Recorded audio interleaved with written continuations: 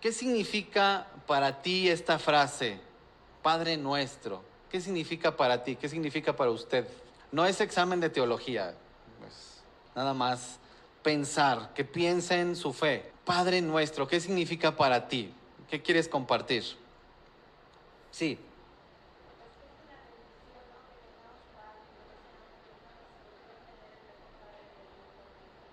Que es una bendición que tengamos Padre. Y además dice mi hermana, el mejor Padre del mundo, por supuesto. ¿Sí? Seguridad, confianza. Bien. Pertenencia. Ay, mi hermana siempre tiene unas respuestas que me encantan. Pertenencia. Digo, siempre que doy clase, es la segunda, ¿verdad? Pero, pertenencia. Sí, sí, sí, sí. Como decía también por acá, ¿no? Tenemos un Padre. Bien. ¿Alguien más? ¿No?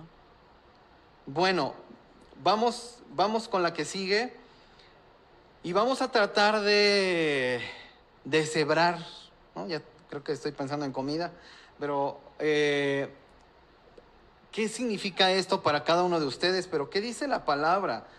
¿Qué significa? Y hay mucho que leer. De hecho, creo que para agilizarlo, le voy a pedir a varias personas que tengan a la mano textos para que podamos leerlos. Le voy a pedir a Hugo que tenga Génesis 2, 14 y 15. Le voy a pedir a Paola que tenga Génesis 12, del 1 al 3. Yo voy a leer Hebreos 2 para hacerlo ágilmente. Juan 8, del 31 al 47, le voy a pedir al pastor Santiago. Juan 8, del 31 al 47. Romanos 2, 28 al 29, al pastor Israel. Romanos 2, 28 y 29. Rosy, ¿nos ayudas con Romanos 9, del 6 al 8, por favor? ¿Quién más? ¿Quién le gustaría leer? Salmo 22, 22. ¿Alguien por aquí? ¿Nos ayudas? Salmo 22, 22. Hebreos 2, del 2 al 15, lo voy a leer yo. Ahí me recuerdan cuáles me tocan. Juan 1, del 9 al 13. Saraí, ¿nos ayudas, por favor? Primera de Juan 3, del 1 al 3. Mi hermano, ¿nos ayudas, por favor? Primera de Juan 3, del 1 al 3. Bueno, a ver, hasta ahí y ahorita repartimos más. A ver, vamos a escuchar Juan 2, 14 y 15 bien fuerte. Perdón, dije Juan, sí. Génesis.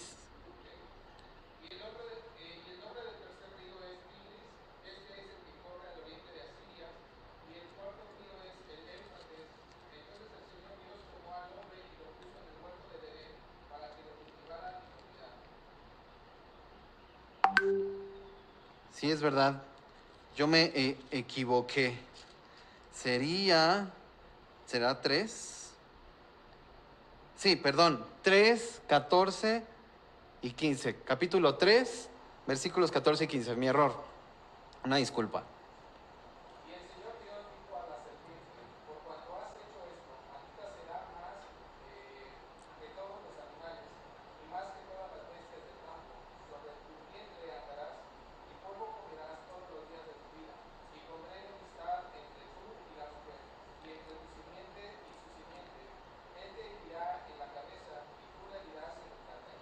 Gracias, Hugo. La simiente de la mujer que herirá, aplastará la cabeza, aquí en la versión NBI, más dramática la imagen, la simiente de la mujer al diablo. Y el diablo solo iba a ser una pequeña herida, ¿verdad? Bueno, tengan esto en mente, vamos a seguir. Génesis 12, 1 al 3.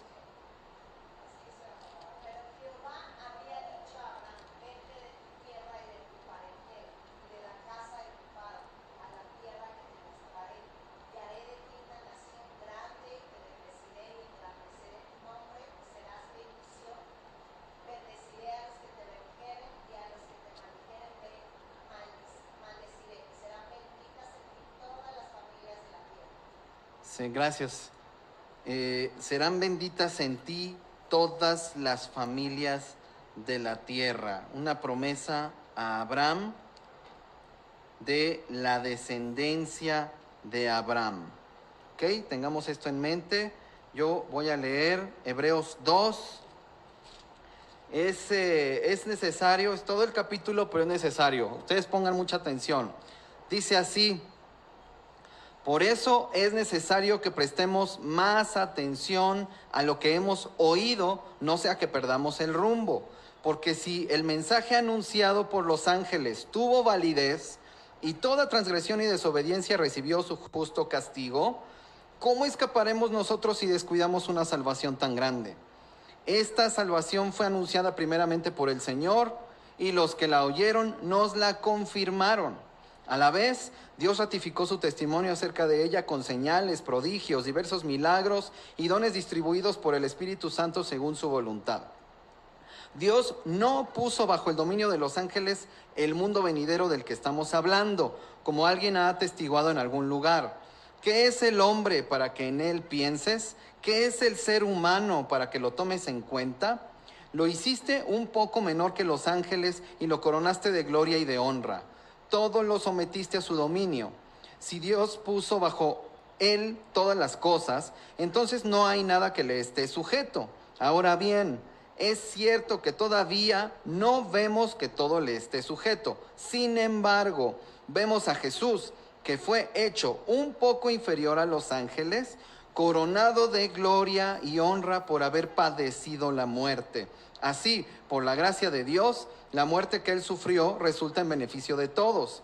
En efecto, a fin de llevar a muchos hijos a la gloria, convenía que Dios, para quien y por medio de quien todo existe, perfeccionara mediante el sufrimiento al autor de la salvación de ellos.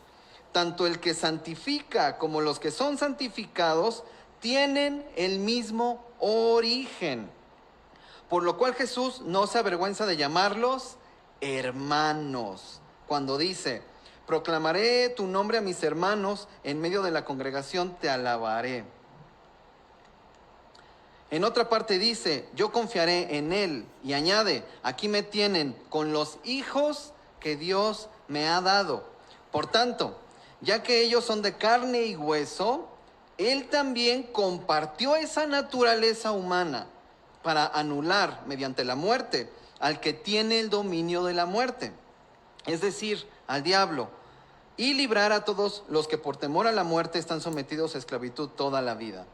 Pues ciertamente no vino en auxilio de los ángeles, sino de los descendientes de Abraham. Por eso era preciso que en todo se asemejara a sus hermanos, para ser un sumo sacerdote fiel y misericordioso al servicio de Dios, a fin de expiar los pecados del pueblo. Por haber sufrido él mismo la tentación, puede socorrer a los que son tentados. ¿Quiénes son los descendientes de Abraham? Exactamente.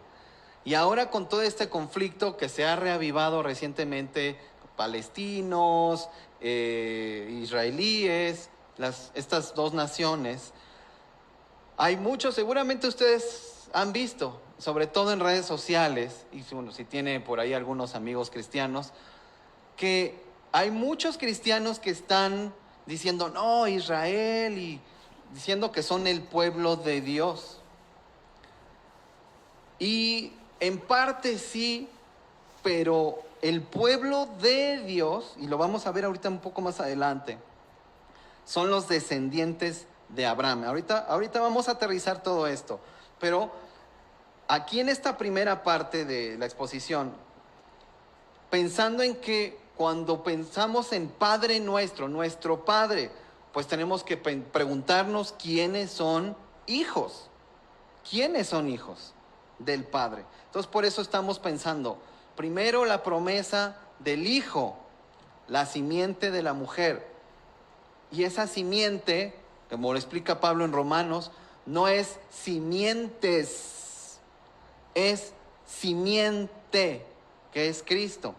Y luego, en esta parte que hemos leído, que es el pacto con Abraham, primeramente, con Abraham, sin la H, porque necesitamos observar que el pacto, primeramente Dios lo hace con Abraham.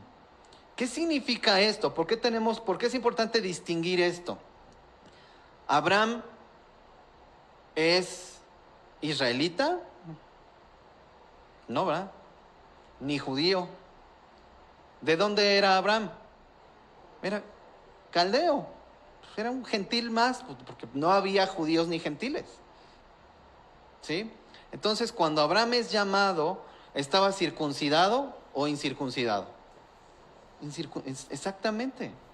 Entonces, es importante tener esto en mente, porque primero Dios llama a un pagano más en el mundo, en un pueblo de paganos, que no hay pueblo de Israel, no está circuncidado, no hay ley, no hay ley como tal, ley dada por Moisés. Bueno, por Dios, por medio de Moisés. Pero bueno, vamos a Juan 8. ¿Quién tiene Juan 8? Sí, por favor.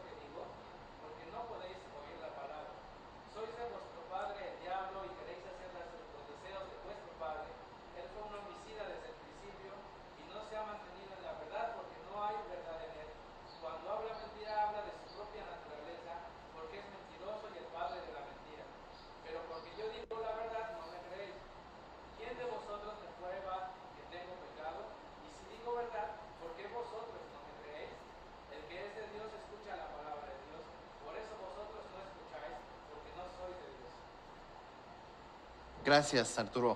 Qué fuerte. Primero ellos dicen, nuestro padre es Abraham, y Jesús les responda, si fueran hijos de Abraham, harían las obras de Abraham. Y luego, cuando insisten y todavía lo llevan más allá, y ellos dicen, un solo Padre tenemos y es Dios, y Jesús les dice, ¿no? Si Dios fuera su Padre, ustedes me amarían. Y dice, su padre es el diablo, ¿no? Durísimo. Romanos 2, 28 y 29. Por favor.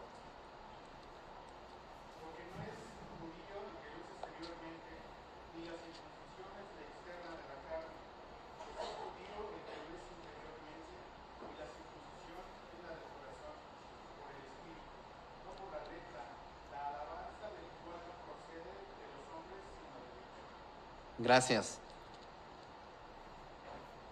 Fíjense, aquí todavía más claro, ¿no es cierto? Lo exterior no hace a nadie judío. A ver, espérame. Si son descendientes de Abraham, son judíos. Pero dice, lo exterior no hace a nadie judío, ni consiste la circuncisión en una señal del cuerpo. El verdadero judío lo es interiormente. A ver, vamos a escuchar Romanos 9, del 6 al 8, por favor.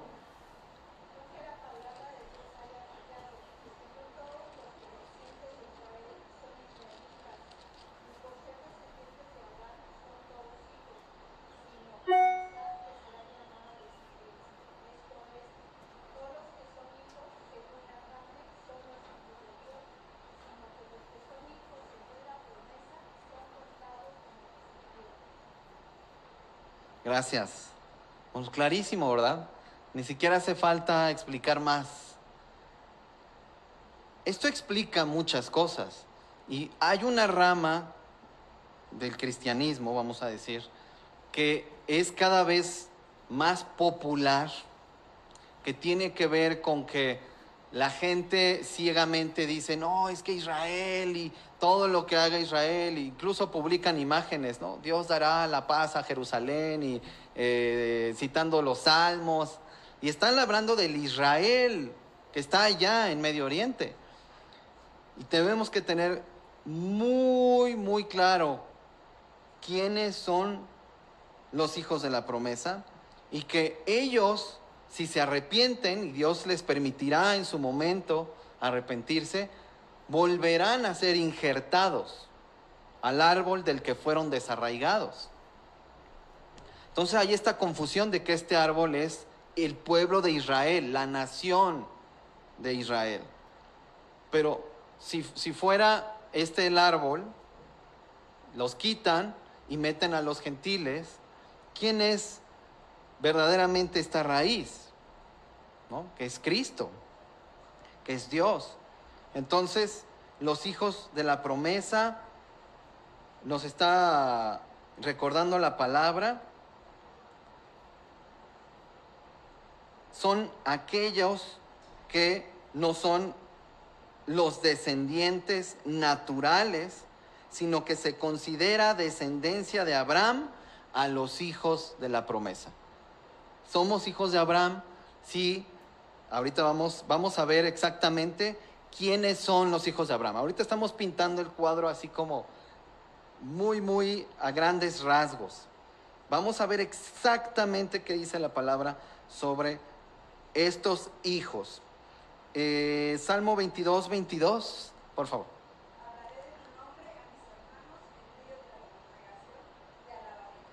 Exacto, ¿no? Muchas gracias. Este salmo que se considera mesiánico y que mucho de lo que leemos ahí, pues describe de una manera muy vívida las cosas que Jesús pasó en vida. Y precisamente de lo que leí en Hebreos 2, hay una parte que está citando el Salmo 22, que es precisamente esta.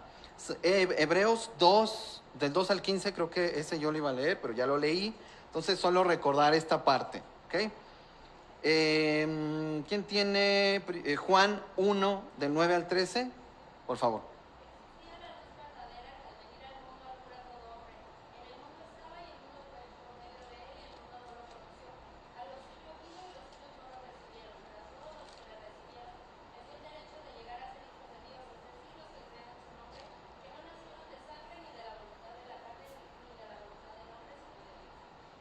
Ok, gracias. No nacieron ni de carne ni de sangre, los hijos de Dios, los que Dios ha querido hacer sus hijos, ni de carne ni de sangre, ¿de acuerdo? Entonces, si no es ni de carne ni de sangre, la raíz de este olivo no puede ser el pueblo de Israel, porque no es ni por carne ni por sangre. Ahora, ellos fueron desgajados de este olivo porque ahí se hizo el pacto con los patriarcas y pueden ser injertados nuevamente, dice el Señor, ¿no? En Romanos 11. Bueno, gracias. Vamos a primera de Juan 3, del 1 al 3, por favor, bien fuerte.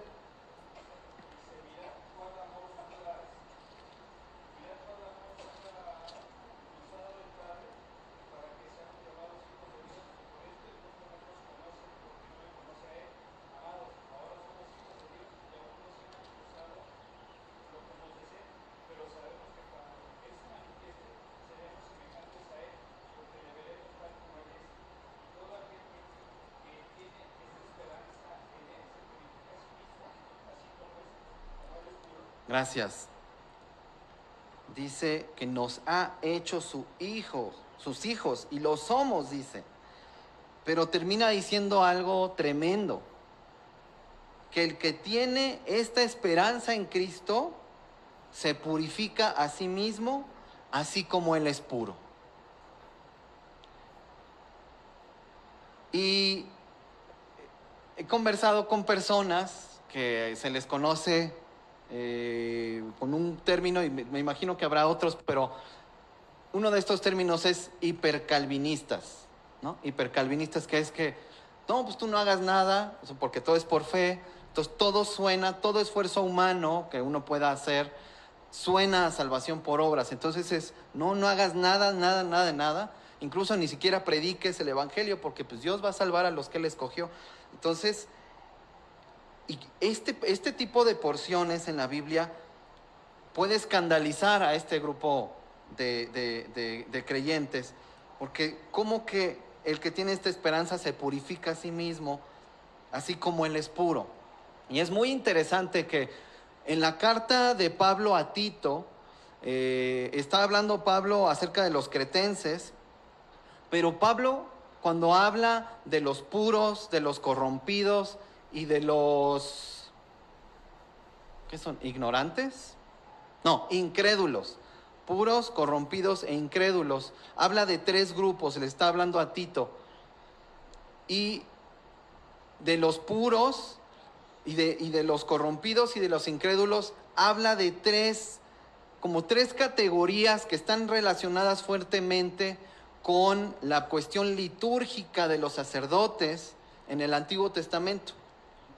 Y el término puro está relacionado con aquellos sacerdotes, no es que no tuvieran pecado, no es que, sino que, recuerden cuando el sacerdote, y lo vimos en Éxodo ahora que estuvieron predicando del libro, el sacerdote que ministraba ya fuera en el tabernáculo y posteriormente en el templo, ¿cómo tenía que llegar a ministrar? ¿Ustedes se acuerdan? ¿Qué tenía que hacer él consigo mismo? ¿Cómo? Lavarse, bañarse muy bien. ¿Y ya nada más? ¿Qué más?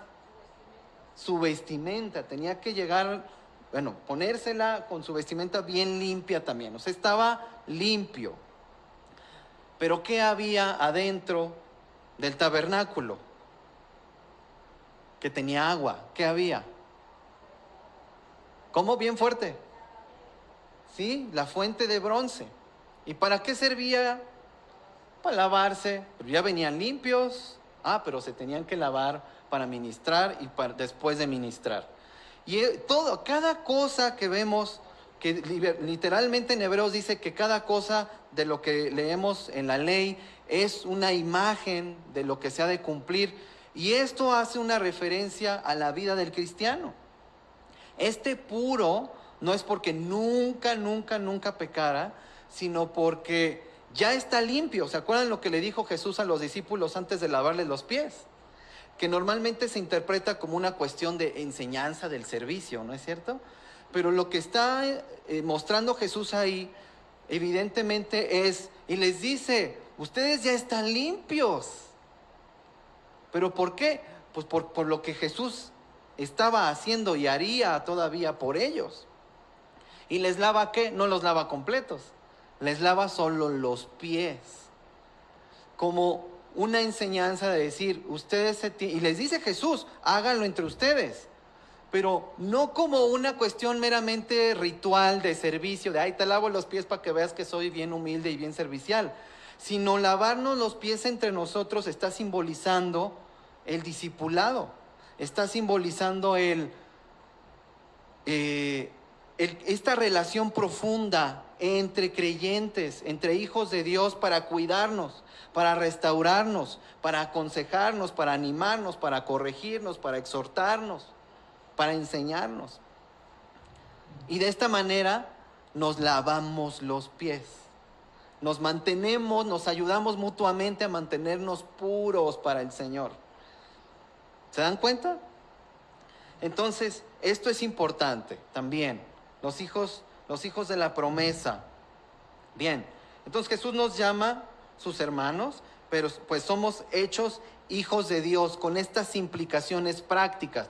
No nos mantenemos puros para salvarnos, sino porque ya el Señor ha hecho su obra en nosotros y nos ha purificado. Bien, a ver, voy a leer yo estos que siguen rápidamente. Romanos 8, 14 al 17. Dice, 14 al 17. porque todos los que son guiados por el Espíritu de Dios son hijos de Dios. Y ustedes no recibieron un espíritu que de nuevo los esclavice al miedo, sino el espíritu que los adopta como hijos y les permite clamar, Abba, Padre. El Espíritu mismo le asegura a nuestro espíritu que somos hijos de Dios. Y si somos hijos, somos herederos, herederos de Dios y coherederos con Cristo. Pues si ahora sufrimos con Él, también tendremos parte con Él en su gloria. Estos hijos que somos adoptados. Qué maravilla entender esta realidad. Adoptados. Si entendemos que somos adoptados, podemos ser misericordiosos con el otro. Podemos ser compasivos con el otro. Podemos entender y acercarnos al otro. ¿Qué pasa cuando olvidamos que somos adoptados? Condenamos. Ay, esta persona, mira cómo es, mira lo que hace, mira lo que no hace, y condenamos. Porque se nos olvida, soy adoptado. Yo no merecía entrar en casa de mi padre. Estaba fuera. Y me adopta.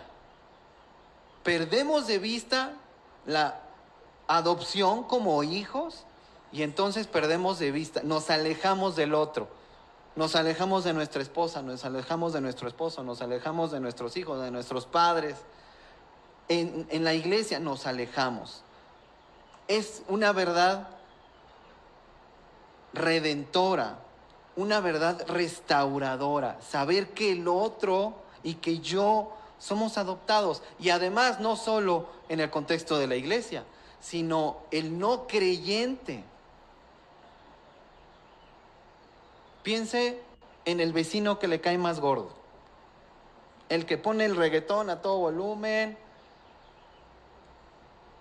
Dios probablemente lo adoptó y todavía no lo sabe y todavía no lo sé. ¿Qué necesita tanto él como yo? Necesita que le acerque yo el evangelio. Entonces, eso también nos da unos nuevos ojos para ver el mundo. Porque las personas que nos rodean, con las que nos cruzamos, podrían ser adoptados también. Así como yo, que estaba lejos de Dios en su momento. Y como probablemente, todos nosotros y algunos de ustedes crecieron en hogares cristianos. Y a veces quiero, y lo digo con respeto y con amor, pero a veces crecer en un hogar cristiano nos impide ver que somos adoptados también. Pero ese es otro tema. Bien, Génesis 4 del 1 al 7. No son muchas diapositivas, no se preocupen, sí vamos a acabar en tiempo.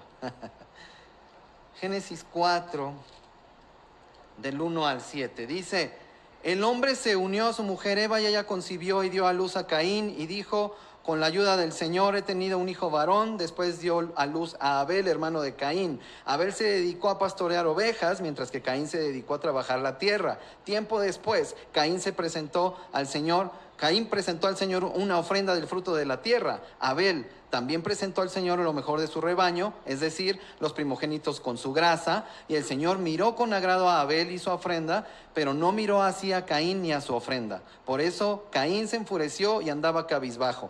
Entonces el Señor le dijo, ¿por qué estás tan enojado? ¿Por qué andas cabizbajo? Si hicieras lo bueno, podrías andar con la frente en alto. Pero si haces lo malo, el pecado te acecha como una fiera lista para atraparte. No obstante, tú puedes dominarlo. Entonces, somos espirituales, somos adoptados por Dios, herederos y coherederos, o somos hijos del diablo, carnales, que rechazamos la paternidad, esclavos. Esta imagen de Caín es dramática. Dramática. Su padre en la carne pues era Adán, ¿no? Pero su padre, en teoría, Dios mismo se está acercando a Caín. Ustedes pueden darse cuenta del amor con que Dios está regañando a Caín.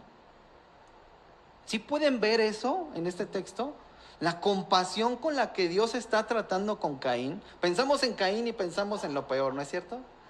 Pero vean cómo Dios con amor y con paciencia, con misericordia, con compasión, habla con Caín. Y le dice, tú puedes dominar el pecado, o si tú dejas que te domine, te va a destrozar como una fiera. ¿Y qué pasó? Caín dejó que el pecado lo dominara. Así que no se sientan mal, pastores, y no se sientan mal ustedes cuando le dicen a alguien algo y va a la persona y hace lo contrario. Si a Dios mismo no le hicieron caso. Escuchando su voz, audible pues. Entonces, hay estas dos realidades. Hay estas dos realidades. Romanos 11, del 11 al 24. Aquí es lo que yo les decía de las ramas injertadas. Bueno, ahora pregunto, ¿acaso tropezaron para no volver a levantarse? De ninguna manera. Más bien, gracias a su transgresión ha venido la salvación a los gentiles para que Israel sienta celos. Pero si su transgresión ha enriquecido al mundo, es decir, si su fracaso ha enriquecido a los gentiles, cuanto mayor será la riqueza que su plena restauración producirá. Me dirijo ahora a ustedes, los gentiles, como apóstol que soy de ustedes. Le hago honor a mi ministerio, pues quisiera ver si de algún modo despierto los celos de mi propio pueblo, para así salvar a algunos de ellos. Pues si el haberlos rechazado dio como resultado la reconciliación entre Dios y el mundo, ¿no será su restitución una vuelta a la vida? Si se consagra la parte de la masa que se ofrece como primicias, también se consagra toda la masa. Si la raíz es santa, también lo son las ramas. Ahora bien, es verdad que algunas de las ramas han sido desgajadas y que tú, siendo olivo silvestre, has sido injertado entre las otras ramas. Ahora participas de la savia nutritiva de la raíz del olivo. Sin embargo, no te vayas a creer mejor que las ramas originales. Y si te jactas de ello, ten en cuenta que no eres tú quien nutre a la raíz, sino que es la raíz la que te nutre a ti. Tal vez dirás, desgajaron unas ramas para que yo fuera injertado. De acuerdo, pero ellas fueron desgajadas por su falta de fe. Y tú, por la fe, te mantienes firme. Así que no seas arrogante, sino temeroso, porque si Dios no tuvo miramientos con las ramas originales, tampoco los tendrá contigo. Por tanto, considera la bondad y la severidad de Dios. Severidad hacia los que cayeron y bondad hacia ti. Pero si no te mantienes en su bondad, tú también serás desgajado. Y si ellos dejan de ser incrédulos, serán injertados, porque Dios tiene poder para injertarlos de nuevo. Después de todo, si tú fuiste cortado de un olivo silvestre al que por naturaleza pertenecías y contra tu condición natural fuiste injertado en un olivo cultivado, con cuánta mayor facilidad las ramas naturales de ese olivo serán injertadas de nuevo en él. Entonces, los hijos de la promesa, los hijos de Dios, perseveran. Y está insistiendo el apóstol, manténganse aquí, perseveren. Y pueden perseverar, según lo que vemos en Primera de Pedro 1, de 3 al 5, pueden perseverar porque Dios los sostiene para que perseveren. Fíjense lo que dice.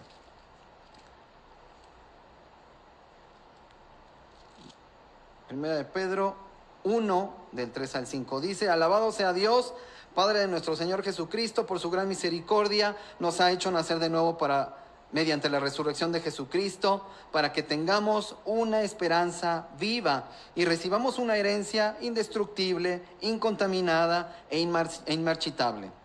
Tal herencia esté reservada en el cielo para ustedes, a quienes el poder de Dios protege mediante la fe hasta que llegue la salvación que se ha de revelar en los últimos tiempos. ¿Sí? Dios escoge, Dios llama, Dios salva, Dios protege por su poder mediante la fe. ¿Se dan cuenta? Dios hace de pe a pa toda la obra. Entonces, finalmente, pues es un signo, es una marca que no debemos perder de vista. Mantenernos. Y nos mantenemos porque Dios nos sostiene, pero finalmente necesitamos tener claro eso. ¿Sí? Ahora, bueno, esto va a venir un poquito más adelante. ¿Qué te hacen, la siguiente por favor, qué te hacen pensar o sentir estas verdades? ¿Qué te hacen pensar o sentir estas verdades? Esto que hemos estado meditando, ¿qué te hace pensar o sentir? Seguridad. ¿Alguien? ¿Cómo? Gratitud. ¿Qué más? Humildad. Sí, dice, no sean arrogantes, dice, ¿verdad? ¿Qué más? Amor. Gozo, sí. Y nos vamos con todo el fruto del Espíritu, ¿verdad? La siguiente, por favor. Entonces, fíjense de lo que acabamos de ver, para no perder el hilo. Somos y seremos beneficiados en los méritos de Jesús. Como hijos adoptados, somos y seremos beneficiados en los méritos de Jesús. Podemos vivir por la fe de Abraham, la fidelidad de Jesús y el poder de Dios. ¿Se dan cuenta? Ahora, no es que Abraham tuvo fe y entonces yo ya la hice. No, la misma fe de Abraham. Cuando decimos por la fe de Abraham, no es que su fe y ya me puso del otro lado a mí, sino que es la misma fe de Abraham. ¿Sí? La fidelidad de Jesús, la obra de Jesús, el que Jesús cumplió la obra hasta el final y el poder de Dios que nos va a sostener hasta el final también. Ahora, por ser hijos de Dios, conocemos la verdad. Somos libres. Nos mantenemos fieles a sus enseñanzas y somos escogidos para ser hijos. Somos escogidos para ser hijos. Pero fíjense, me tengo que apresurar. Dios se ha revelado y nos ayuda a revelar esta verdad a nosotros mismos. Porque hay muchos ateos por ahí leyendo la Biblia, buscando contradicciones y errores. Si ellos están leyendo lo mismo que usted y yo, pero uno tiene fe y el otro no. Entonces, la verdad está ahí para todos. Y tenemos que conocer la verdad, lo leímos, conocer la verdad. Y la verdad nos hace libres. ¿En qué sentido? Conocer que Dios hace la obra y que nos sostiene, nos hace libres. Porque cuando fallas, y cuando fallo, y cuando fallamos y hemos fallado, ¿qué pasa? Sentimos angustia, sentimos vergüenza, sentimos ansiedad, porque decimos, Dios, otra vez lo volví a hacer. ¿No es cierto? ¿Y qué pasa si no entendemos estas verdades? Nos vamos a frustrar y ese sufrimiento nos va a carcomer. Este verbo en la clase de español lo vi con uno de mis alumnos. ¿Qué es carcomer? Entonces nos va destruyendo por dentro, poco a poco. ¿Y qué pasa? El corazón se va endureciendo. ¿Por qué? Pecamos y tropezamos y tratamos de perseverar y tropezamos y llega, si olvidamos estas verdades, llega un punto en que decimos, ¿para qué busco a Dios otra vez? Soy un hipócrita, soy un falso, soy un mentiroso. Y nuestro corazón se empieza a endurecer, empezamos a alejarnos, dejamos de orar, dejamos de leer las Escrituras y al final dejamos de reunirnos con otros cristianos. Cuando alguien deja de reunirse con otro cristiano, es porque ya ha estado lejos de Dios por mucho tiempo. Para nosotros lo evidente es, dejó de venir, pues a lo mejor ya no es cristiano. No, ya se alejó desde hace tiempo, por lo que viene viviendo. Son procesos largos. Y los que hemos vivido lejos de Dios y hemos regresado, entendemos este proceso mejor todavía.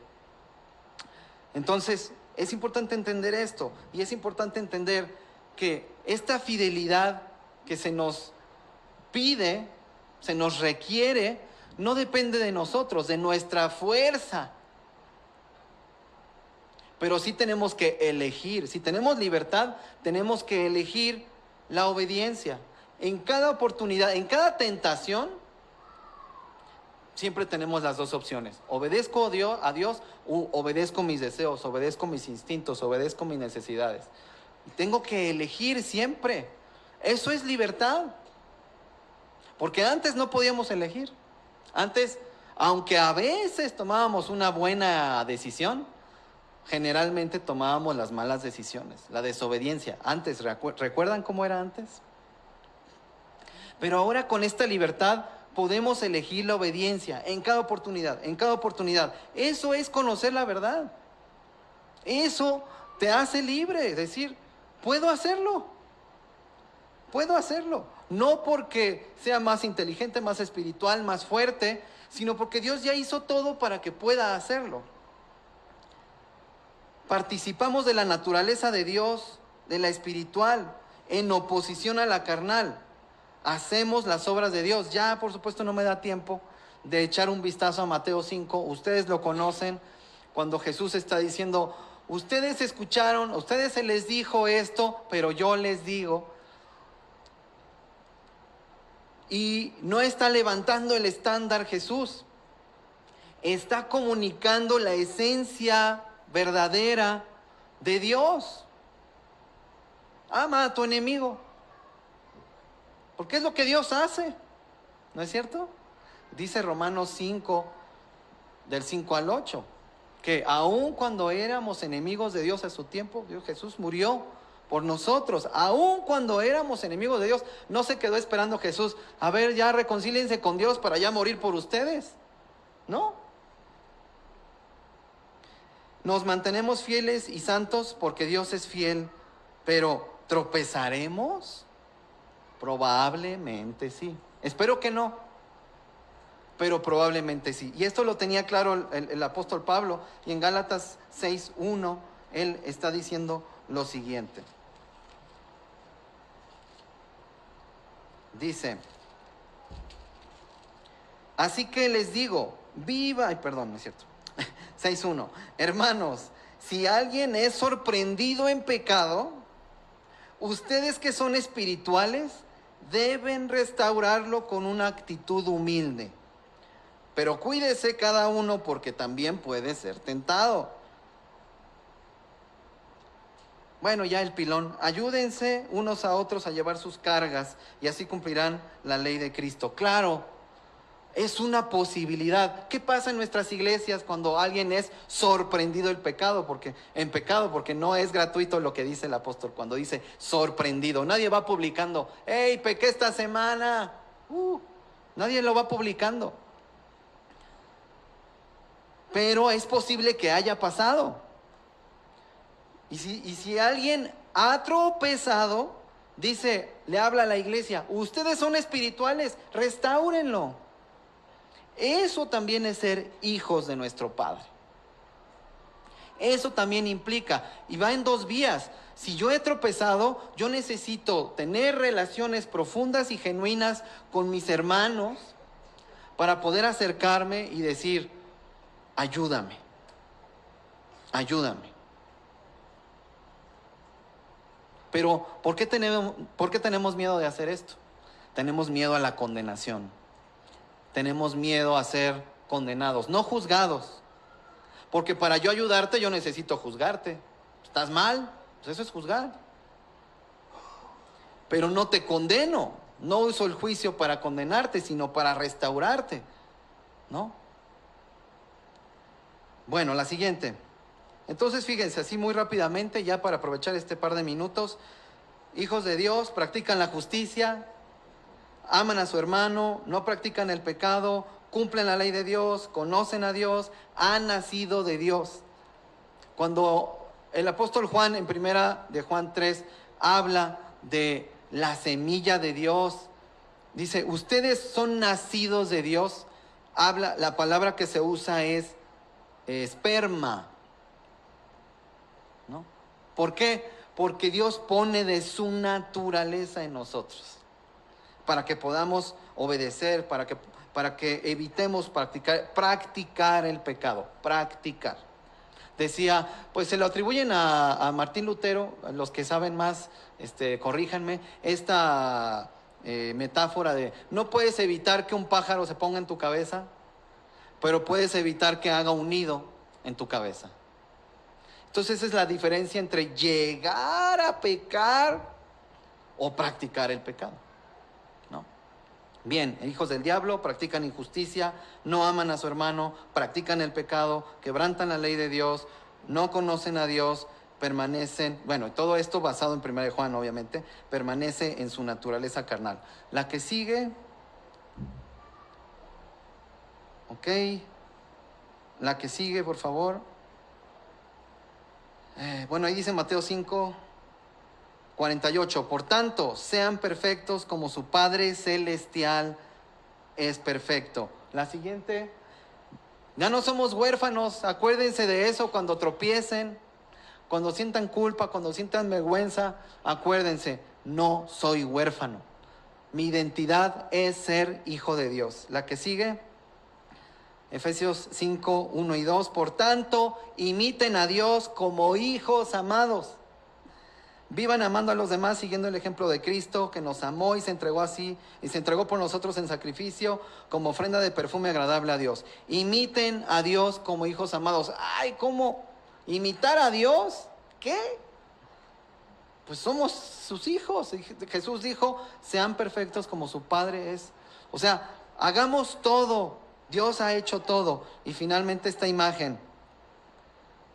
¿Cómo es Dios como Padre? ¿Ubican esta imagen? Este es Dios como Padre. Y la última, por favor, para que se lleven esta pregunta a ustedes. ¿Qué decisiones debes tomar?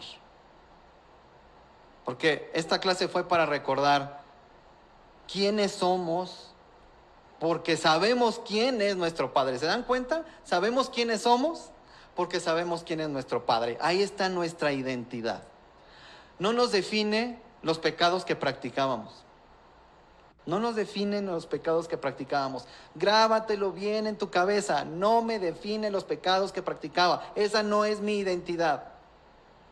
No me define lo que hago, mi ministerio. No me define nada excepto que fui y soy adoptado. Entonces, ¿qué decisiones debo tomar en mi vida a partir de hoy? Decisiones que he postergado. Llévense esa pregunta, ¿ok? Bueno, Dios les bendiga.